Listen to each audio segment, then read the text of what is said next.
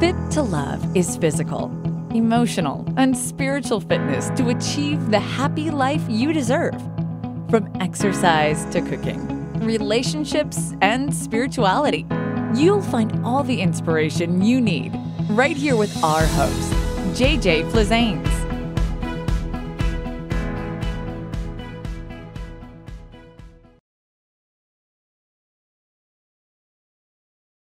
Welcome to Fit to Love, Movement Mondays, all about exercise, all about movement, all about you.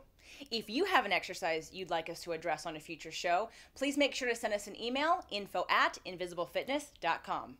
Enjoy the show. Today's show, why passive stretching is dangerous. So if you know me at all, or you've been watching my shows, or you've been part of my community for a while, you probably know that I'm not a big fan of passive stretching. I'm going to explain what it is, but first I want to ask you, where did you learn how to stretch? Some people probably learned in high school or junior high on a sports team from your football coach who was your math teacher during the day, right? So people that really didn't study the body particularly and how the body works, maybe they studied biology and a little bit of a lot of things about the body, but nobody really specifically on biomechanics, on anatomy and physiology, and definitely not on this particular subject of stretching. So I want you to visualize your muscle like Velcro. The inside, there are fibers. And as the muscle contracts and pulls together, what happens is something called cross-bridging. So imagine Velcro. And the cross-bridging, again, is what's pulling the muscle together and shortens it. This is a very strong position. You've got all this cross-bridging, or let's say Velcro, that's connected. It's really, really strong. And as it starts to stretch and lengthen, it loses its strength because it loses the cross-bridging. You get to a certain place where there's no longer any cross-bridging, which means there's no neurological control from your brain to your muscle. Once there's no longer any cross-bridging in the muscle, we are in a complete stretch, but it leaves the muscle susceptible to be torn. Because honestly, in this lengthened position, this muscle no longer is moving. This muscle is no longer active. It's sleeping, so to speak, right? But in order for a muscle to get like this, some other muscle has to be pulling it there. All your muscles are synergistic.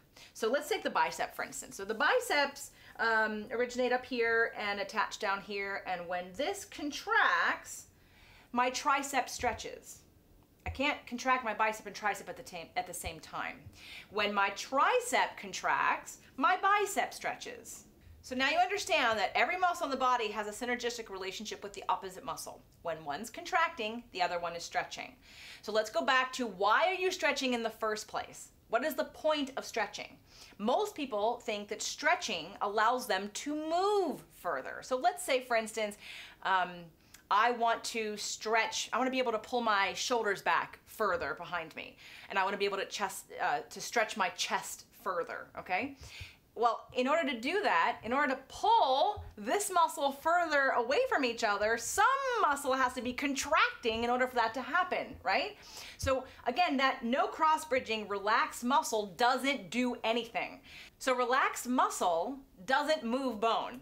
Contracted muscle moves bone. So if you want to increase your range of motion, concentrate on the muscles that are pulling you into that position, not on the ones that are relaxed doing nothing. So let me give you an example. I'm gonna lay down and we're gonna do a hamstring stretch, but in an active stretching form. And I'm gonna show you the dangers of what happens when you potentially do it in a passive stretching way. So we're gonna contract our quadricep in order to stretch our hamstring. And I recommend watching the video we did called All Muscles Pull, Not Push, to sort of get familiar with sort of that idea of how you're visualizing and thinking about contracting your muscle. So you're gonna imagine all your quadricep muscles go from your knee up to your hip, and you're gonna shorten them just like an accordion, or again, like we're grabbing the pants and gathering them and pulling them up. So I'm gonna concentrate on pulling from my quadricep. I am gathering that muscle and I am contracting it all the way up into the hip, and because now my quadricep is fully engaged, my hamstring is relaxed. This is my current active range of motion. The reason why passive stretching is dangerous is because if I grab my leg and pull it towards me, this tissue can't go there without this extra resistance. And what can happen is I can tear that tissue. And when you tear tissue, you weaken the muscle, you create an injury, obviously, an inflammation, it's gonna hurt. And then there's also potentially gonna be scar tissue after that. So passive stretching doesn't honor your active range of motion. And passive stretching doesn't change your active range of motion. Active stretching does. So again, I'm focusing on pulling my quadricep. My brain is talking to my quad. I'm pulling and pulling. And the more I do this, the greater the range of motion becomes, the better the stretch for the hamstring. And I'm honoring my anatomical current level of flexibility, if you will, within my structure. When you passive stretch, you put yourself at risk for injury because the muscle isn't going to tell you when it's too far. In a personal training situation, lots of times, and I did it myself, I'm guilty of it, a personal trainer will come and put their whole body weight and push you all the way down. That's going to potentially rip all that muscle, and I'm not going to necessarily know it until it's inflamed and it hurts later. So just remember that passive stretching does not increase your active range of motion. Now, passive stretching feels good, which is why people do it. They're like, oh, but this feels so nice. And that's fine. If you want to do it because it feels good, it feels like a relaxation, just be aware. Be in your body. Make sure you're noticing the cues, that if it feels too far, stop. Make sure you breathe into it. Again, I'm going to recommend that we do some active stretching. And in the next video, I'm going to show you the top 5 active stretches to get and build range of motion in your whole entire body. The Fit to Love podcast show offers you 6 days a week of helpful content to achieve the happy life you deserve. Movement Mondays and Tasty Tuesdays are weekly video casts, while Wellness Wednesdays, Thoughtful Thursdays, Freedom Fridays, and Sexy Saturdays are audio-only shows themed every week to address your holistic life and needs.